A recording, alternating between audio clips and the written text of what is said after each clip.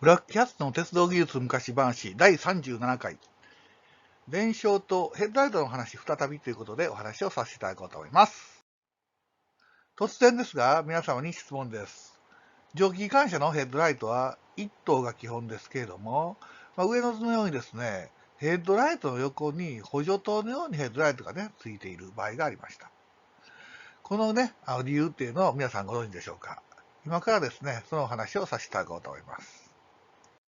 蒸気機関車にですね、先ほど見ていただきましたようにですね、ヘッドライトがね、2つついている。この写真もそうなんですけども、ここにですね、小さいヘッドライトついてると思うんですけども、このね、ライト、なぜ設置されたんでしょうかっていうことなんですが、これですね、実はこの補助灯っていうのはですね、本来のこのヘッドライト、燃焼灯とですね、同時に点灯させるものではなかったんですね。ある事情が関係していましたっていうことでね、電荷が関係したんですっていうことを書いてます。で、その電荷って何か関係したのっていうのをね、今からお話しさせていただこうと思います。これ実はね、電荷と関連がありましたっていうことで、これですね、先ほどね、写真の D51 の1号機は、落成後ね、稲田観光を経て、昭和39年にはですね、盛岡に転勤してるんですね、転属してるんですね。で、昭和47年の鉄道ね、梅子城の蒸気機関車が開通するときに、1号機ということで、盛岡から改装されてきて、梅小路にね、収まったわけですけども、その時のね、当時の写真ですとですね、動体保存ということで、もちろん煙も出てますけども、先ほど見ていただきましたようにですね、見事にね、左側にシールドビーム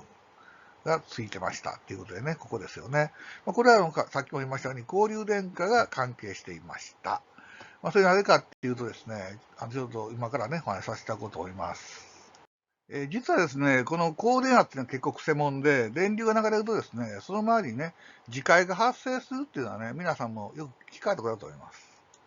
で、高い電圧ほどね、その磁界っていうのは大きくなりますので、さらにですね、人間っていうのはね、電気を通す、ね、導電体っていうふうに言われてますので、火星に近づくだけでですね、磁石に吸い寄せられるように、体がね、吸い寄せられてしまう、そういう危険性があると言われています。こう下の図はですね、その流れをね、イメージを書いたものなんですけども、要は電線ね、架線の周りに磁界っていうのが発生しています。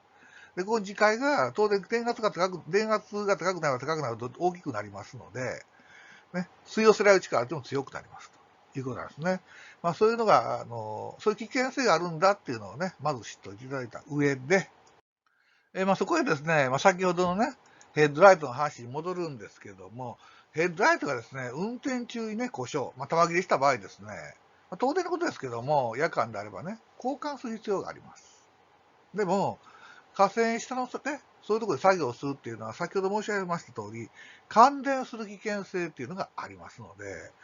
そうしたね、玉切れによる消灯時にはですね、予備灯として、このシールドビームですね、こちらを利用する。そのために設けてたんですね。ですから、2灯を同時に点灯するっていうことはですね、原則的にはありませんでした。意外と知られてませんけどね、交流電化区間を走る蒸気機関車にはね、こういうふうに導入されている場合が多かったです。今日は蒸気機関車に設けられていた補助灯のお話をさせていただきました。